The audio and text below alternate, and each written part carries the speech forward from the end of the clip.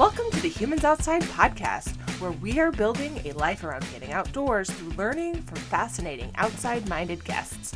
I'm Amy Bouchatz, a journalist originally from the beach in California, now working to love nature from my home in Alaska. Since September 2017, I've spent at least 20 consecutive minutes outside every single day, no matter the weather. On this show, we hear from others who make heading into nature just a part of who they are while we work to do the same.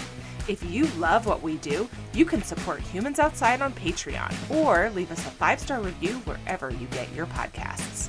Ready for the good stuff? Let's go. Sonja Weick first came into my home through my TV screen as she raced with Team Iron Cowboy on Eco Challenge Fiji, streaming on Amazon Prime. I always joke that those who cannot have adventures watch TV adventure shows, so Eco Challenge was the very first thing I watched when I came home from my hip surgery in September of 2020. There I was, laying on the couch, feeling all the after effects of anesthesia, and watching people, including Sonia, compete in a multi-day adventure race in brutal conditions in Fiji.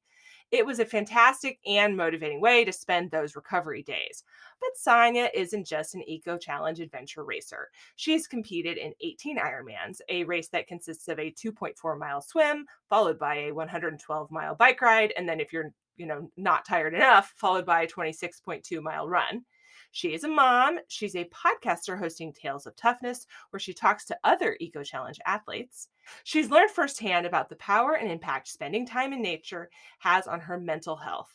And, left turn alert, she's got a degree in mathematics, which makes her not just tougher and also world smarter than I am, since the world of math makes me break into a cold sweat. They say surround yourself with people who are smarter than you, and that's only one of the reasons I'm so excited that Sonia is here with us today. Sonia, welcome to the Humans Outside podcast. Thank you so much, Amy. What a great intro. I'm happy to be here today. I'm excited. I'm excited about your podcast. It's a great podcast. So thanks for having me on today. Yeah, so we start all of our episodes like imagining ourselves hanging out in our guest's favorite outdoor space. Where are we with you today? Oh, I want to take you to the coast of California. I live on the central coast of California, and I am affectionately referred to as the mayor of Valencia Peak. So I've got this peak near my house. It's about if I drive there, it's about 4 miles. Oftentimes I'll run there. Sometimes I ride my bike. And it's like a 2.25-mile trail that gains 1,000 feet in elevation. And just imagine every section of the trail, if you turn around and look behind you, you've got the full Pacific Ocean behind you.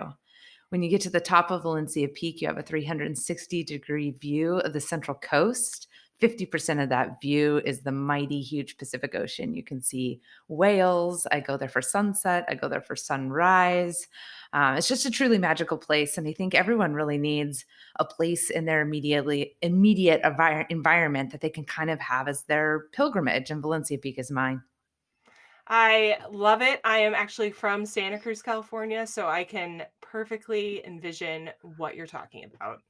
Yeah, it's pretty magical, pretty special. I love it. One of the best places in the whole world. We might be biased though. What do you think? Oh man, Central Coast is like, it's horrible. No one should ever move here. It's like, it's gross. It's foggy. Yeah, that's It's true. foggy I can sometimes. testify. Yeah. So don't move here. But you know what? I feel the same way about Alaska, and because it's so hard to move here, like it really takes a lot of effort to make it happen. I tell people just to move on up, and no one ever does. So if they show up, it'll be a treat. They can get over the hurdle of actually That's getting right. themselves there. That's Yeah, exactly totally. right. And buy enough jackets. Okay, so start by telling us your outdoor story. How did you become someone who likes to go outside? Oh man, that's such a great question. So I've always been outside. I've always been a go-go girl, a go-go kid. And I think I was 7 the first time I ran away. I didn't run away to like go to a friend's house or put my roller skates on. I mean, I would pack a backpack with dog food and a Capri Sun and maybe like one of those apple strudel things in the wax paper package. And I was always off on adventures, climbing trees, making forts, digging holes under rocks. I always had a dog in tow. And my family was really outdoorsy. They loved camping and backpacking. And we always kind of gravitated towards the outdoors. My dad was really adventurous. So there was, I don't know, just this climate in me that always seeked to be dirty, be in the woods, go questing for new experiences, new heights, new vantage points. I can just remember that being a part of my DNA from when I was a really little girl. It's it's interesting to hear that because, um, you can continue that into your later life, or we can, like, crush that as a society with cubicles Right. and our, indoor habits. Yeah, that's so true. I think a lot of us grew up in my generation adventuring because we didn't have the internet. We didn't have, we just got that Nintendo. So some of us were playing like Mario Brothers 1, but we weren't allowed to play that more than like an hour a day. So we just constantly got kicked outside. But how many of us didn't kick ourselves outside as we got to be adults? And we go through school, and I just always found myself gravitating back towards that sense of accomplishment and adventure that we get when we plan a trip or we go to a new open space to hike, or there's always this like going somewhere you've never been before, you don't know the trail system, you don't really know where the parking is, and then you kind of conquer it and you go there and you experience it in your body and in your mind and in your soul, and then you come away and you feel like you almost have a new friend. Like there's a new space that's opened up to your world. I've always just really gravitated towards having experiences like that where I could uncover something new that was always now going to be familiar and more comfortable that I could return to. Oh, that's so good. I love that concept of the space and a new friend. Oh, chills. Whew. Good. Okay. All right, so I'm hoping the people who are listening to this have in fact watched Eco Challenge, but not everyone had hip surgery and then binge watched an adventure show for 3 days. So what do you do? I want them to fully appreciate the badassery that we're about to talk about here. I give a little description. Can you tell us more? What is Eco Challenge? Give us the history. Yeah. I mean, Eco Challenge is amazing. So it was this TV show that Mark Burnett created back in the late 90s, early 2000s, off of this sport that was kind of very niche at the time called adventure racing. And adventure racing is a team sport, typically teams of four or teams of five. Eco Challenge is teams of four. All the teams have to be co-ed. So you can have one girl, two girl, three girls. Um, but all teams have to be co-ed. And they pretty much would pick a course that was often like point to point, very long, like hundreds of miles. And they'd create checkpoints along the way. And then you would have to race with your team between these checkpoints. So in the late 90s, a lot of us in my generation saw on TV on the Discovery Channel this Eco Challenge race. And it was always like leeches were involved and people were falling off their bike and getting concussed. I mean, there's just like everything that could go wrong out in the outdoors does go wrong in the Eco Challenge. And for 17 years, it's been off the airways. And, Mark Burnett went on to create Survivor and The Voice and you name it. Well, we got this buzz that he was bringing it back, and it would be hosted by Bear Grylls. So it's a 417-mile adventure race across Fiji where we did 10 different sports: whitewater rafting, stand up paddleboarding. We sailed Thomacau canoes, ancient Fijian vessels. We mountain biked, we trekked, we climbed fixed rope systems. And once the gun goes off or the conch shell gets blown at the beginning of the race, we race continuously. So for 10 days, we race, we sleep when we have to, but the clock never stops. It's just one big ongoing race. And the big element that, even the show doesn't really get to the nitty gritty of is the entire race is navigated by map and compass. So there are no electronics involved. You essentially get, coordinates to the checkpoint one at a time and told the discipline you need to take to get there, like your mountain bike. And then you have to find your way to that point. So there's a lot of like creativity that happens navigationally in an adventure race. So, what do you wish people I mean, maybe the map is the wish, but what do you wish people knew about Eco Challenge that they didn't see in the show that maybe didn't make that cut. Yeah, that's great. That's a great Yeah, gosh. The show did a fantastic job of highlighting the course, the disciplines, the, tough stuff that we had to go through. But the navigation aspect is so huge. I mean, it's impossible to get across on TV the concept in today's day and age with our phones and our Google Maps and our Gaia GPS that we are out there with a map and a compass, which is almost in these times feels archaic, you know? Almost everybody's got that backup electronic device in your pocket, but we are solely map and compass. I think that's just one of the things that's hard to get across on TV is how navigational these races are. They really aren't about like, oh, I could mountain bike that terrain. Yeah, but you might even be on the wrong terrain. You know, Right. that's a whole element to the dynamic of the race. And then the other dynamic, which I think Eco did a great job of highlighting teams and highlighting motivational stories, mine included. But the team dynamics aren't always so glowing. No. So, I was very thankful that Eco provided a very inspirational, motivational edit to all of us, but the team side of it, I mean, 48 hours into the race, you've got 1 hour of sleep. Imagine being with the 3 most favorite people in your life 48 hours into exercising for 47 of 48 hours together. Even if you love people, you're suddenly hungry, tired, Oh, sore. yeah. You've got lacerations, in some place on your body. Something is chafed.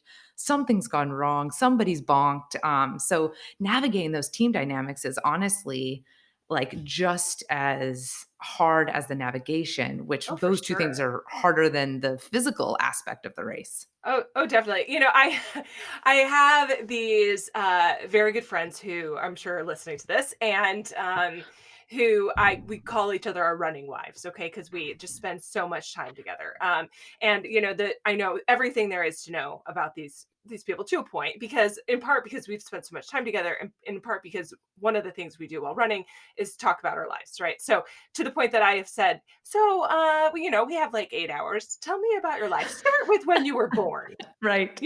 and we just like go from like the whole kit and caboodle, right? And I know that when I am out with these women doing these super long runs, I'm 30 miles, whatever. uh if I am annoyed with them or mad at them, there's something wrong, and I'm not even out for days on end, right? Right. I'm just like getting to the end of a tough, maybe cold, maybe not even more than a couple hour adventure, and I'm like, just like, you are on my last nerve. And I think, okay, well, Amy, maybe you need a snack. That's But right. they know when I need, that team dynamic is that they know when I'm having a hard time too.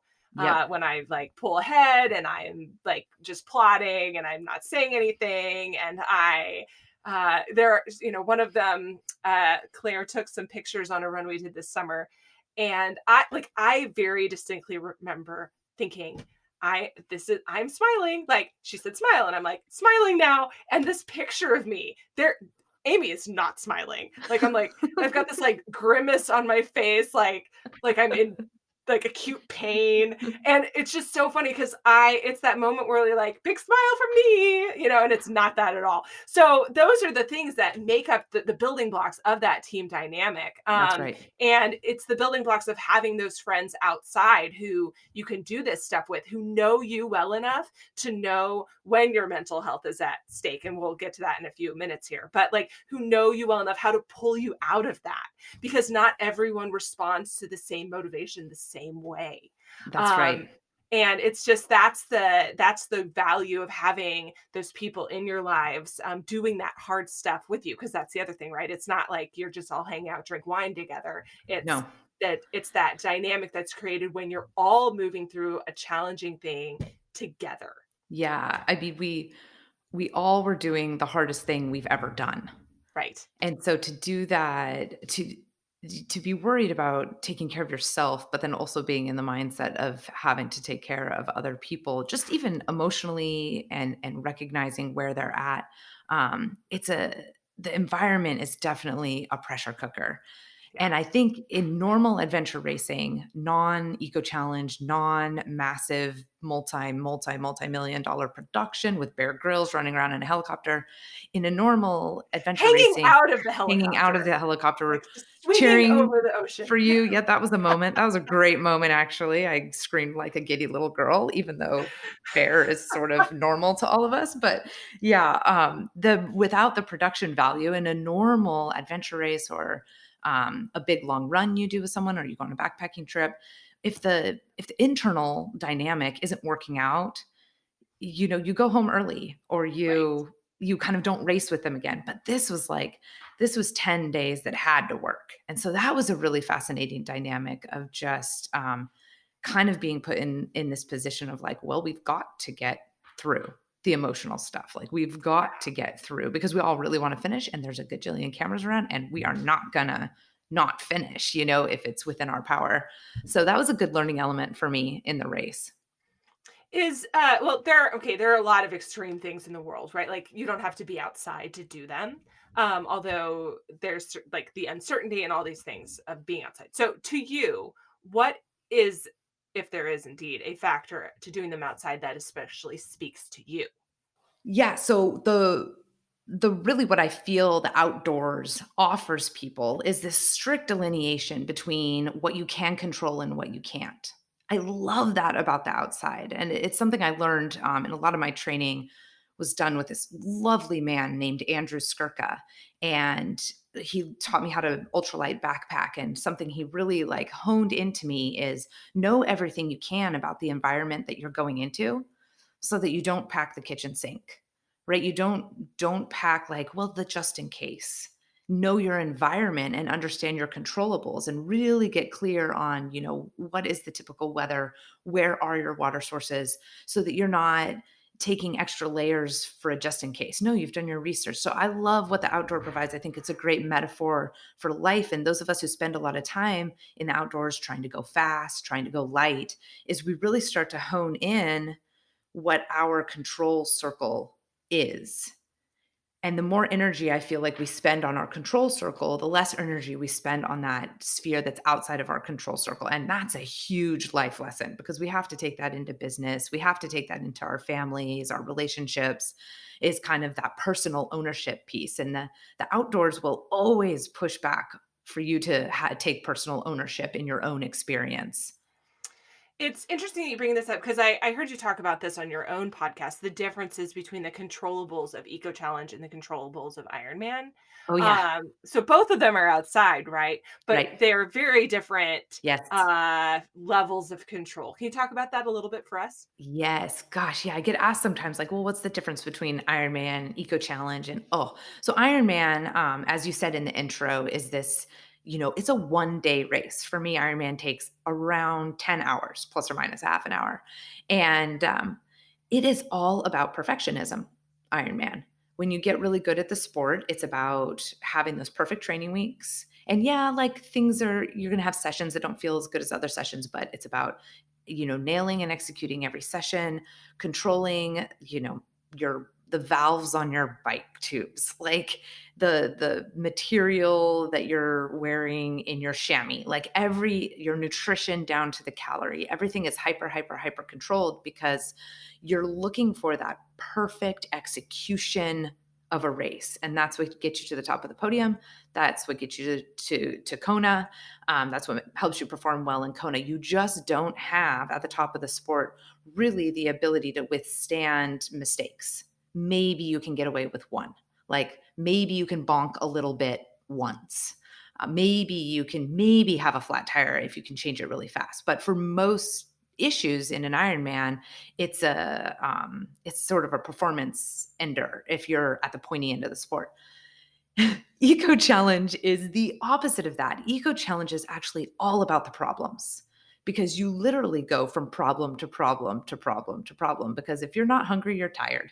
If you're not tired, you just hurt yourself. If you didn't just hurt yourself, your bike chain broke. If your bike chain didn't broke, you've got the wrong thing in your pack. Like it really is this dynamic running through of, okay, how are we going to point positive and move on, troubleshoot this problem, give it our best, and then move forward, move forward, move forward.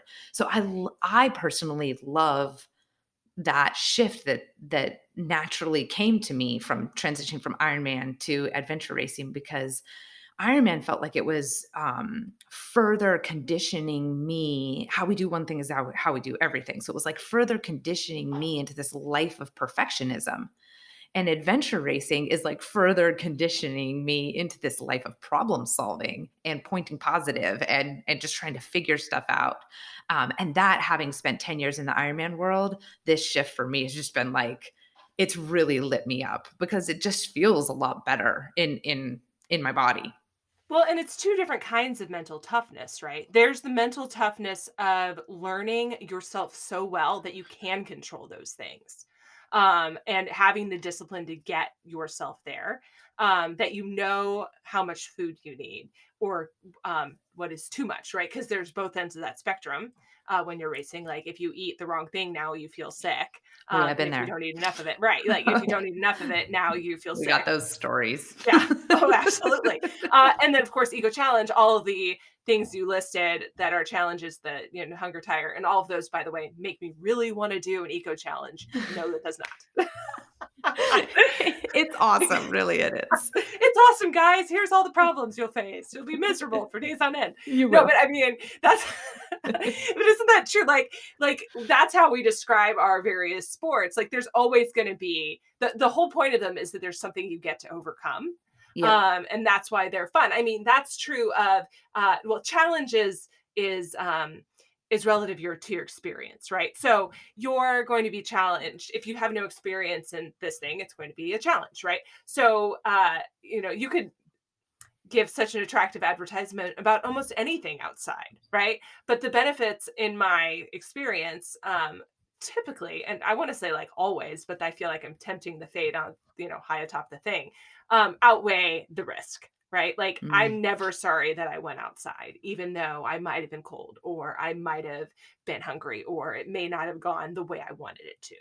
Yeah, it's true. I'm trying to think of a time in my life where I was bummed about getting outside, Yeah. and I can't come up with one. Yeah, me neither. I'm like trying to envision like my worst time outside ever, and it always involves some sort of terrible discomfort where I might have been hungry and probably was cold. But I'm not Scared, upset, scared, right? But I'm not scared. upset about the going outside. I'm upset Yeah, about my lack of preparation or whatever, right? yeah. Scared. That's a good one too. And it ends up I don't being want to type have 2 scary fun. things. Like, Yeah. you Oh, come. sometimes type 3. Yes. That's true. Okay, but like before we leave people with that, type 1 is like it's really fun. We had a great time. We went on a roller coaster, or maybe we were at a theme park. Mickey Mouse is there. Type 1. Type I 2 love type is 1 fun, by the way. no, who doesn't? Type 2 is it was a challenge and it's fun because it's a challenge. How would you describe, but there's like an intrinsic thing, like after it's over, you're like, yes, I did I that. always say type 2 fun is, like, not super fun in the moment, but super fun to talk about afterwards. There you go. Type 3, how would you describe that? You describe it. I would say it's like um it really wasn't fun during it. It's not that fun to describe after, but somehow you still think it's fun. So Yeah, type 3 fun is like, it went wrong, you were dumb, everything blew up in your face, you dragged yourself home. You don't really wanna tell anyone all the mistakes that you made. but nonetheless, you do it again. So But you learn, like, type 3 fun is like, "Oh, but, like, I learned so much from that, that I can then hopefully transition my next situation into type 2 fun." right. Yeah, but which will never become type 1, guys. No, Don't even mm-mm, try. That's a no. whole different thing. So, I did a winter marathon last year that I would describe as type 3 fun that could turn into type 2 fun. It's the only race I've never finished. It was like 15 degrees below 0. That is not an exaggeration. And I had to quit because I was too cold, Mhm, yeah. you I know? think we do, as, endurance athletes and outdoor enthusiasts, have to analyze our own relationship to self-harm. Mm, Self-harm is a you know, it's a it's a concept that we often associate with things like cutting or anorexia or, these systems of control that we all need systems of control. And sometimes if we hyper utilize those systems, we can get into a place of self harm. And I know it's not a popular concept to talk about when we're talking about the outdoors, but I do think as people get into really intense endurance activities, they're doing themselves a disservice if they don't step back every once in a while and just contemplate the concept of self harm and why exactly they're putting themselves into such a place of pain. If they're still coming out of that place of pain with like lessons or positive experience or XYZ. I think as endurance athletes, we tend to put the blinders on and not be willing to go to that place inside of ourselves to kind of ask every once in a while. But I think that can be true even if you're not an endurance athlete. Oh, yeah. Like lack of preparation would be a good example of that. I recently read a book about a guy called The Moth and the Mountain, about a guy who after World War I decided to solo climb Mount Everest, which was not going to A be a great thing. Like idea. it, Yeah. yeah, no, like you're not going to be able to do that. He was convinced he could do this, and he wanted to fly his plane, which was a Moth plane, to Tibet and solo summit Mount Everest. Oh, by the way, no one had summited Mount Everest at this point. Okay, so he's going to do it by himself. He had no preparation, right? So, like, this is a very extreme example of sort of a like, why are you doing this? And there's like the challenge and the suffering and the growth that happens through that, but there's like a mental health aspect to it that is a self harm thing. Hey humans! Ever wonder how the heck to consistently find time to spend 20 minutes or more outside every single day? It sounds great to say you want to make it a priority, but how do you actually make it happen? One of my favorite ways is by making sure I am not wasting my time building my business only to leave it open to big legal problems. That's why I hit up attorney Rachel Brinke and her boutique law firm, Eden Law, for a free consultation to see how her trademark and copyright packages could help me. Thanks to Eden Law, I'm now protecting my business and freeing up my time to do stuff I actually want to do, like go outside every single day for well over 1,000 days in a row. Eden Law's free consultation goes through your needs and case, making sure they have actionable steps for you to take, and only then taking your time for a meeting to set you up with an action plan. Their entire process is designed to help busy entrepreneurs like me and you save time and money. You can check out their trademark and copyright packages at eden-law.com. Now, back to the show.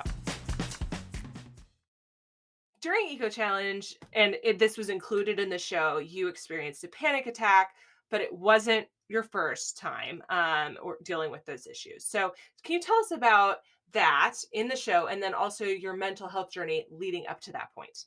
Yeah. Oh, I love talking about this subject because there tends to be a bit of a stigma about panic attacks, anxiety, especially in endurance sports where we're supposed to be like super tough and not show any weakness because then our opponents might be able to capitalize on that. So I like to talk about my journey because I'm not alone. I know this now that the show has aired, and I've gotten the reach out from a lot of other athletes and people who've experienced similar stuff. I first started having panic attacks when I started a coaching business that I started in 2015. And I never had panic attacks as an athlete. But something about like external feedback, like other people giving me their opinions about my business and how I was trying to operate it. Really, I just, because of my background, didn't have the emotional tools to really manage a whole ton of feedback, which I think is why I've always been drawn to endurance sports because there's so much in your wheelhouse. Like you go do your training and you get your results, right? And there's not a lot of external feedback on what you're doing or how you're doing it. You can kind of do it in isolation or maybe hire a coach and work directly with them. So yeah, when I put myself into that environment where I was receiving a lot of feedback, I started having these panic attacks. And I had a really bad day in 2017 in my business. It was a Friday, and I had things were going down in the business that were just, things that normal entrepreneurs are used to, but I wasn't handling well. And I was receiving a lot of feedback, a lot of negative feedback. And I started having just a succession of panic attacks. So it was sort of like phone call for damage control, panic attack, phone call for damage control, panic attack. And I didn't ever just stop and be like, let's put today to bed. I just kind of was in the swirl. And I ended up having a panic attack in an auto body parking lot where I could not get control of my breath anymore. So usually I'm hyperventilating. And so I'm trying to breathe through it and manage the panic attack, but I could not do it anymore. So I passed out. And then I went to the ER. Panic attacks actually present very similar to heart attacks when you're having a really bad one. You just aren't having a heart attack, but you're having a lot of the other symptoms that people who have heart attacks have. So you literally think you're dying when you're having a really Mm. bad one, as I did. I thought I was dying. I didn't know what was. I knew it was like I was having panic, but I thought maybe I had had so much panic that I made my heart stop. Like that's what I kind of thought was going on. So yeah, it kind of came to from that situation, and really everything. It was like I was a teacup that had been dropped on the ground. And when I kind of came out of that situation, I was just looking at this like handful of broken porcelain with no idea how to put everything back together. I had essentially like a breakdown, like a just a neurological break. I couldn't function. I couldn't like open my laptop or look at my phone, or I couldn't have any feedback from anybody ever, not even good feedback like, "Hey, how are you?" I couldn't handle any of that. And that was really, I like to say that was my bottom, but really it wasn't. It was kind of the months after that. We had to close my business at the time because I just couldn't even show up in the world. And I went through about 4 months of extreme depression, many days where I didn't get out of bed and was in therapy 3 times a week. And essentially, like when the teacup shattered, I was in such a point past being able to manage symptoms anymore that I was in a point of crisis. And so I hadn't sought therapy or pharmaceuticals or anything like that until the teacup broke. So I then had to march my way back from being in crisis to being stable to thriving. And that process takes a long time when you let it get all the way to that crisis mode. It's like, oh, you feel a lump in your breast, but you don't go to the doctor. And then the whole breast is like 3 times its size. And then you go to the doctor and you're like, hey, something might be wrong. And they're like, you have like lots of cancer, right? We have to like get Right. you, we're not even talking about like normal breast health anymore. We have to get you way back out of crisis mode. And so that's where I landed emotionally and had to march my way back out of. So I did that. And a few years later is when I saw the ad for Eco Challenge and went into it. So I was at a place of stability, working on my foundations of mental health. So that's a daily thing. I have to work my foundations, but I was stable, working on foundations when I went into Eco Challenge. So I was not sure whether the demands, I was our sole navigator for the team. Most teams have 2 navigators because 10 days of navigating is just a lot to have on the shoulders of one person. But we were a team of Ironman athletes, and I was the only one that had any map and compass experience. So I was pretty nervous that the sole responsibility of navigation would be too much for me to emotionally handle, and that I would potentially go back into a place of panic attack or crisis mode, which did happen in the race. Yeah. So um that I love speaking about mental health. I love telling people that our current healthcare system will treat you once you get to crisis stage. But if you're experiencing any symptoms, that would be anxiety, panic, depression, any of that, you actually can go see someone right when you experience those symptoms, and they will tell you whether you need an intervention. So it's really easy to think, oh, it's not that bad yet, but actually, like, just let a professional be like, hey, you're not that bad yet. They Mm. probably won't. They probably will suggest something so that you stay on the good side rather than progressing in your symptoms. But that was one thing I thought. I was like, gosh, I let it get so far. And I'd like other people to know, like, if you have any symptoms, just like if you had a lump in your breast, you would go seek a professional to give you their advice. So do that with your mental health as well. So Y- going into Eco Challenge, yeah, I was really nervous that I'd have a panic attack, and I had one. I had two on day 9, so I was mm. like almost made it. almost made it all the way through. And yeah, it was like a worst fears coming true situation. I'm with these three guys. I don't want them to think I'm weak.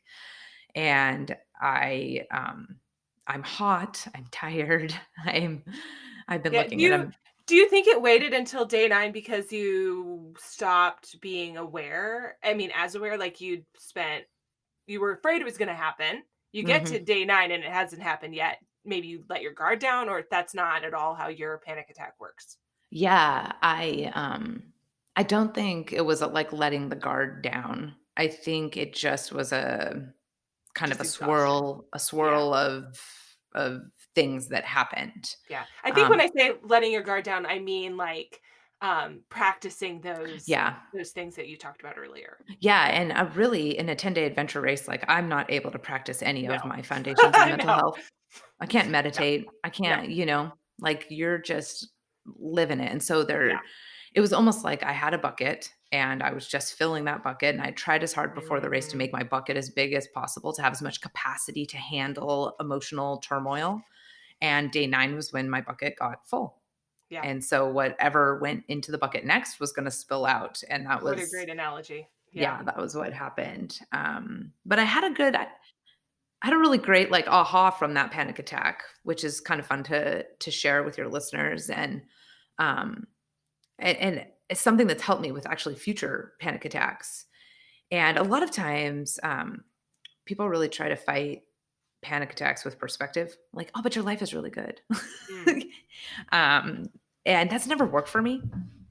Like, I can think my life is really good and still have a panic attack. Those two things can actually be going on in my brain at the same time. But a lot of times I am looping a thought that is working me up really big and making me hyperventilate. And Mm. that thought does get looped in my head and I have trouble breaking it. One thing I noticed in this panic attack and eco challenge is that I had one of my teammates like kind of grabbed me by the shoulders and was like, you need to change the thoughts in your head. Like, I can carry your bike and I can carry your backpack, but I can't change the thoughts in your head. And he just saw the hyperventilating and like whatever that girl is thinking, it's clearly like making this outcome for her. And I was thinking, I don't think I can do this. That was my loop. Like I just for the various reasons that were going on in my environment, which was it was really hot. I had just had 5 hours of sleep. I wasn't warmed up, and we were climbing a massive hill.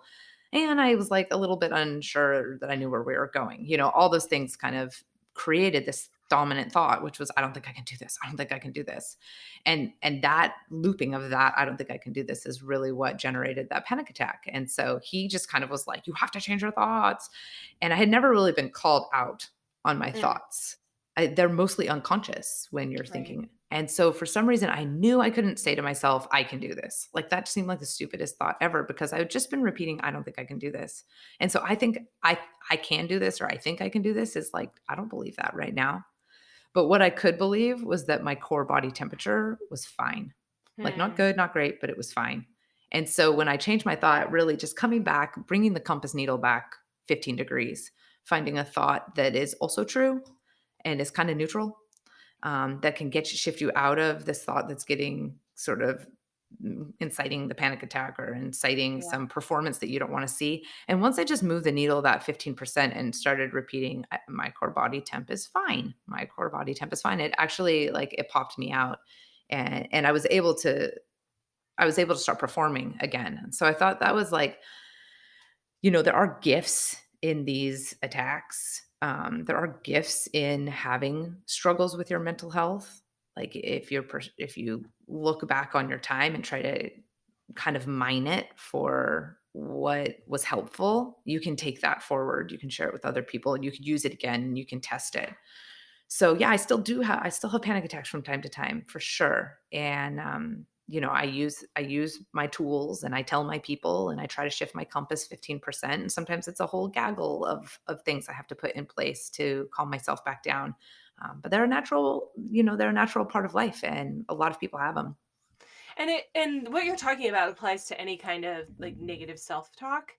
Um, I'm thinking about being out, you know, on not an eco challenge adventure race, right? Just like a normal run. And of course, like we talked about before, hard things are relative to your experience. So this, I mean, if someone's listening to this who is new to hiking, just even a short hike may be a challenge for them. Totally. And that's great. Okay. So this negative self talk can happen anytime you're doing something challenging.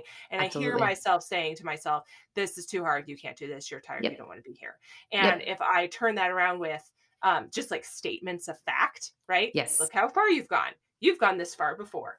Um, at the end of this is, you know, Ice cream. cake or whatever, right? Not like you get to have there's coffee in your car. Like just Yeah. like not even like you're doing great. Not even No. that.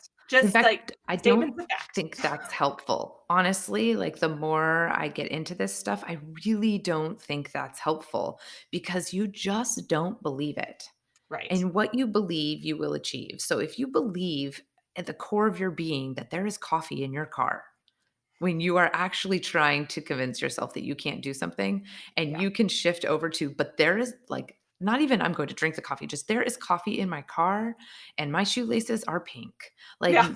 neutral thoughts can, and then you look at your performance and Mm, let that be your guide. It's kind of like a reverse hack, try on a different thought like there is coffee in my car and then just see what happens in your body. See what yeah. happens in your performance, see what happens on your watch, what's your pace look like? Like bump yourself into a place of sort of like mental creativity. Hmm. I'm gonna test this thought, see what it yields on the other side.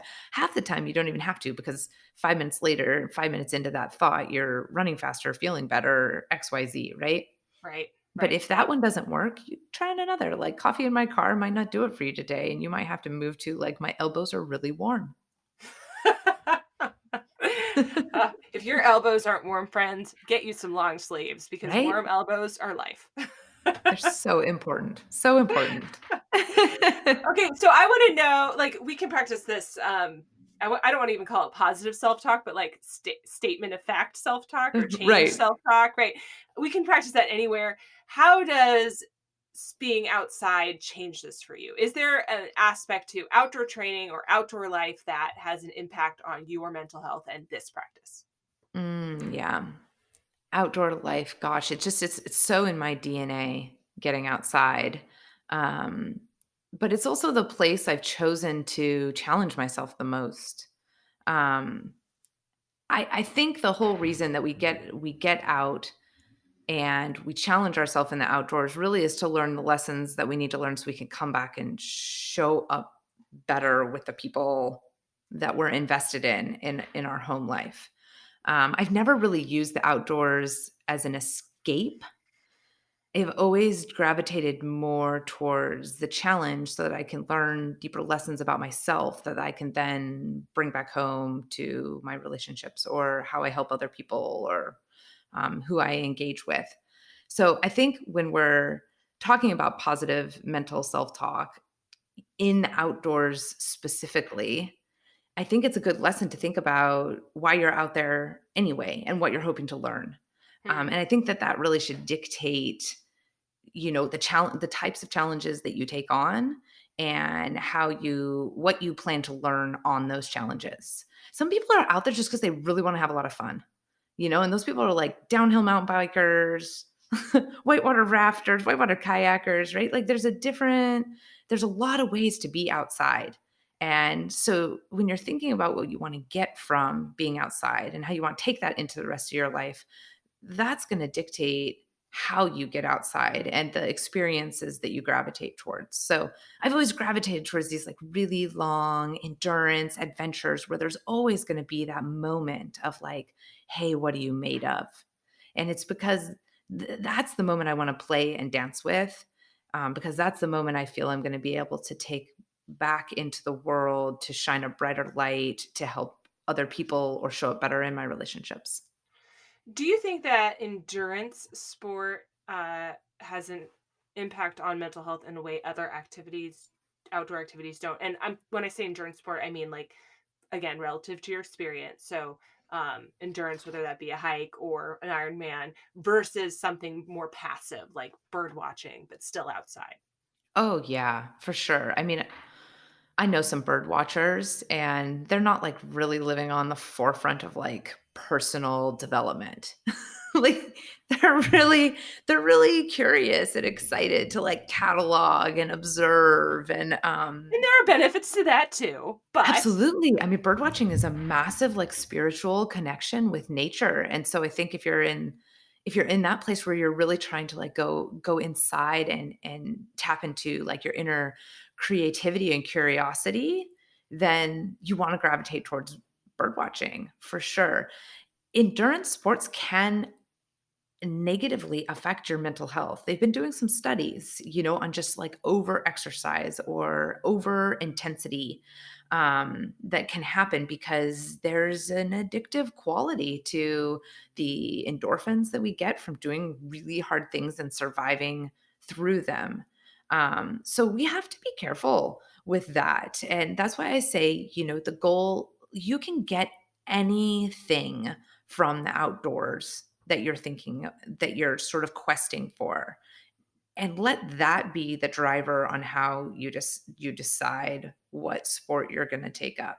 um, Endurance sports really tends to be for people who feel like there is an untapped, unrevealed, underutilized area of themselves that can only come out through extreme discomfort. type 2 fun. Yeah, yeah, and it does run its course. It Mm, does run its course. If you, that was one of the great things about being involved in Eco Challenge, because everyone in that, the 330 athletes that Amazon so beautifully curated, all in one Pullman resort for 5 days before the race started. I've never been amongst a group of athletes that have so much adventure. I mean, I can count at least 10 people that I met who have climbed Everest. mm. So we have like, we're talking about the whoa, big endurance adventure athletes. And um, for the vast majority of these extremely experienced athletes, there was very much a chill, calm vibe of people who had already gone to the very extreme of their personal limits and learned the lessons they were supposed to learn about themselves, and now had found their way more into a place of enjoyment and zest and sort of enthusiasm and excitement for the unknown, less about like, do I need to prove to myself that I'm freaking awesome, which is also something you can gain in the outdoors. You can prove to yourself that you're freaking awesome. And then what? Okay, you're awesome. Now what are you going to do with that? Mm. So yeah, I think that motivation really behind what are you longing for in your heart, and how can you look to the outdoors to challenge yourself to bring that out? There's a lot of ways. So there's what I'm hearing is there are light and dark sides to all things, right? That there's so many benefits to for mental health and otherwise other health, right? To doing endurance sport, there's also a dark side. That can be true for any pursuit, Totally. Even and bird that watching. even bird watching, the dark side of bird The watching, dark side of bird watching. You get that is, amongst I bird don't know what it watchers. is, No, it but is. It's we got to hear about there's it. there's things like, I'm sure they complain about like the human bird interaction and how, people don't hold that boundary well enough. Like, come on, we could go Yeah. there. Bird Oh watchers will yeah. let you know when you have a bird watcher on. I'm absolutely plan to have a bird watcher on because I am, as I'm sure you can tell, I like to do hard things. But I also like to discover the things that I'm missing out on because I have not tried them yet. Yeah, And bird watching is absolutely one of those. So, bird watchers of America, hit me up. they will. Um, okay, but while knowing that there are good and bad things, if you are someone who wants to see if endurance sports scratches that itch that you have, or is a great way for you to get outside. I know you did not wake up one morning, get dressed, and go do an Ironman. There's a journey to get there. So, without going into like your whole Ironman story, can you give us a couple of tips for people who might want to consider doing endurance sports, in an effort looking towards that good mental health aspect? Yeah, my first piece of advice is really like start small with exactly where you're at right now. Um, the reason someone like me has to go do a 10-day adventure race across Fiji is because I've like exhausted everything between here and there. And so slow down. Slow down when you're getting started and look inside and think, what emotion and feeling and zest am I looking for? Hmm. What do I think outside would help me achieve that inside my body? And find the easiest thing that you can go do to get that feeling inside of yourself. Because I guarantee you, once you go out for that 3-mile hike up Valencia Peak and you come back down, then you're going to be like, oh, could I do Valencia? Well, maybe Oats Peak, which is like a 5-miler. Like there's this natural thing inside of us that's always, once we get a taste of that thing that we're really questing for, we're going to want the taste again. But the thing we just did isn't going to give us the same juicy taste. And so we either get okay with not having the same juicy taste, or we kind of up level our experience a little bit and we look for something that is a little bit harder that will then give us that same juicy taste again. So knowing what you're going after and starting as small as possible so that you can kind of dole out your Hmm. experiences and they can come to you in the progression that they need to kind of keep you lit up and moving forward in your life after whatever goals you have set. The other thing I would kind of urge people to just think about a little bit is how you go about we set these goals in the outside, or we climb a peak and then we want to climb a bigger peak and then we want to climb a bigger peek, or we want to do a 50K and then we want to do a 100K and then we want to do a 100 miler. Like there's this progression that can happen. And so we're usually pretty good at setting goals, but setting how you accomplish those goals and the journey that you take throughout is always going to lead you to the destination. So what I'm saying here is like the energy, the perspective, and the thoughts that you have throughout the process and how you spend your time in the outdoors is going to be sort of a direct indicator of the experience that you take away from the outdoors. And Hmm. I point you to this especially when it comes to taking on endurance sports in terms of racing. If you're signing up for an adventure race or a trail run or a whitewater, an outrigger paddle, how you go through your journey and how you have that experience. If you show up to every session worried and scared and not sure how it's all going to go, that's how your end result is going to go as well. Hmm. But if you can kind of show up to your training with the same experience that you want your outcome to have and kind of practice those beliefs and practice those thoughts and practice that perspective along the way, then the thing at the very end that you're training for, the race you do, is also going to be infused with that as well. So Hmm. aim for a journey. It's not like no pain, no gain. Don't take that attitude with it. Oh, such good advice. Okay. I say this a lot to my guests, but it remains true. We could talk all day. Really We could. could. Let's do this forever. But no one wants to listen to us forever, even though maybe I think they should. I don't know. But we've come to the end where we do my little leftovers, just like really it's selfish because I want to know this stuff. And then I think maybe other people want to know it too. But then I go and like look up whatever it is you're talking about so that I can, leverage it to be awesome myself. Now, okay, with that in mind, can you tell us what is your favorite gear? Not like your most essential, but like the thing you like the most. I know. You gave me a little you gave me a little heads up that this might be headed my direction, and so I feel almost embarrassed to say because you gave me a heads up I should have some like super great response, this piece of like crucial key gear that's just going to like unlock everything for you. Honestly, my favorite piece of essential outdoor gear is my junk headbands Oh, because I'm a it's good. girl Yeah. and I'm And really you got long into hair. I got long hair and they sent us a whole bunch for Eco Challenge, and I hadn't worn a junk headband before, but I got like them for Eco, and then I absolutely fell in love. I'm a big proponent of this idea that you kind of have to put on your superhero cape Hmm. when you go out to do something tough. And for me, it's my junk headband. Like when I get ready to head out the door for a 20-mile trail run, I'm going to look through my headbands and be like, okay, what superhero cape are we putting on today? And I feel like that really helps me set my mindset, my attention, my goals to head into the outdoors, that I've got my like protector headband on me. So as silly as it sounds, my junk headbands are just absolutely It's my not silly. addiction. There are no wrong answers. I This is know. a I safe space. know. It is a safe space. All right. What is your most essential, like something you can't live without? Yeah, I would say, like I have 2 things. One, most essential is my Garmin InReach Mini. Hmm. So I'm out alone a lot, and as a woman, I've had people in my life be scared for me or worried or ask the questions of, and my Garmin InReach Mini just solves so many of those issues other than falling down something and getting bonked on the head and knocked out where I can't hit the SOS on my Mini. Mm.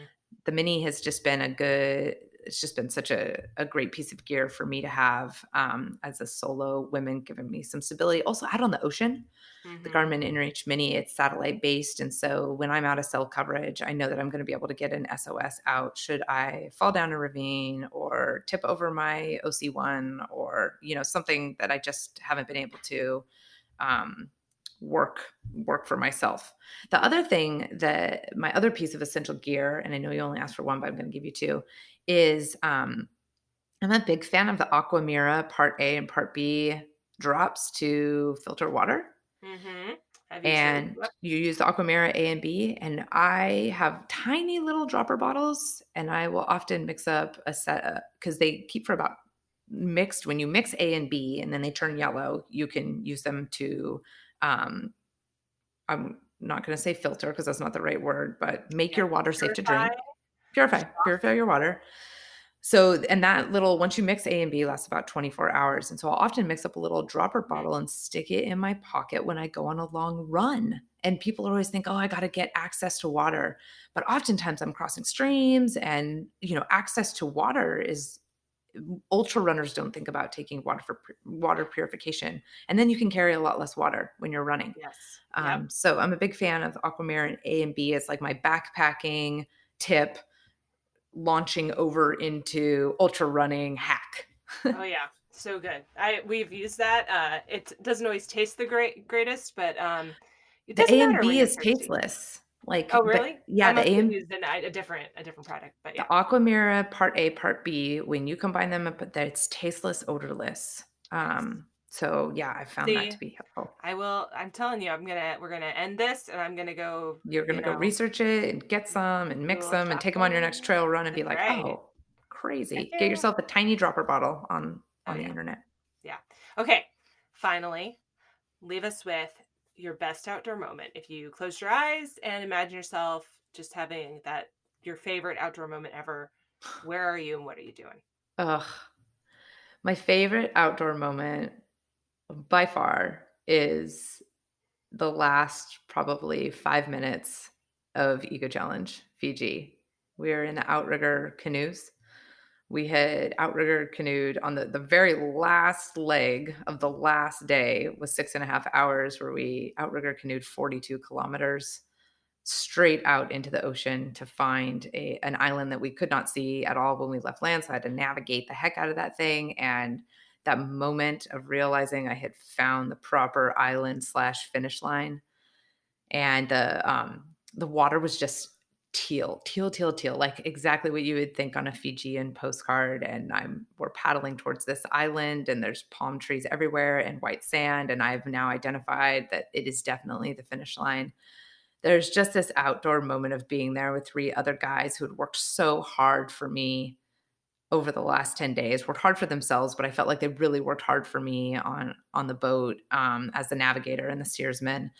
And we were all in unison, and it just was one of those moments of accomplishment that I don't think I can ever forget. I could barely even contain myself. That's just so incredible. Sonia, thank you so much for being on the Humans Outside podcast today. Thanks for having me. It's been awesome. That's it for this week's episode of the Humans Outside podcast. If you've enjoyed this episode, give us a little love and leave a rating and review to make it easier for others to find the podcast too. And by supporting us on Patreon, you get access to exclusive supporter-only benefits while making sure we can keep the podcast going. A huge, huge thank you to our current supporters. Until next time, we'll see you out there.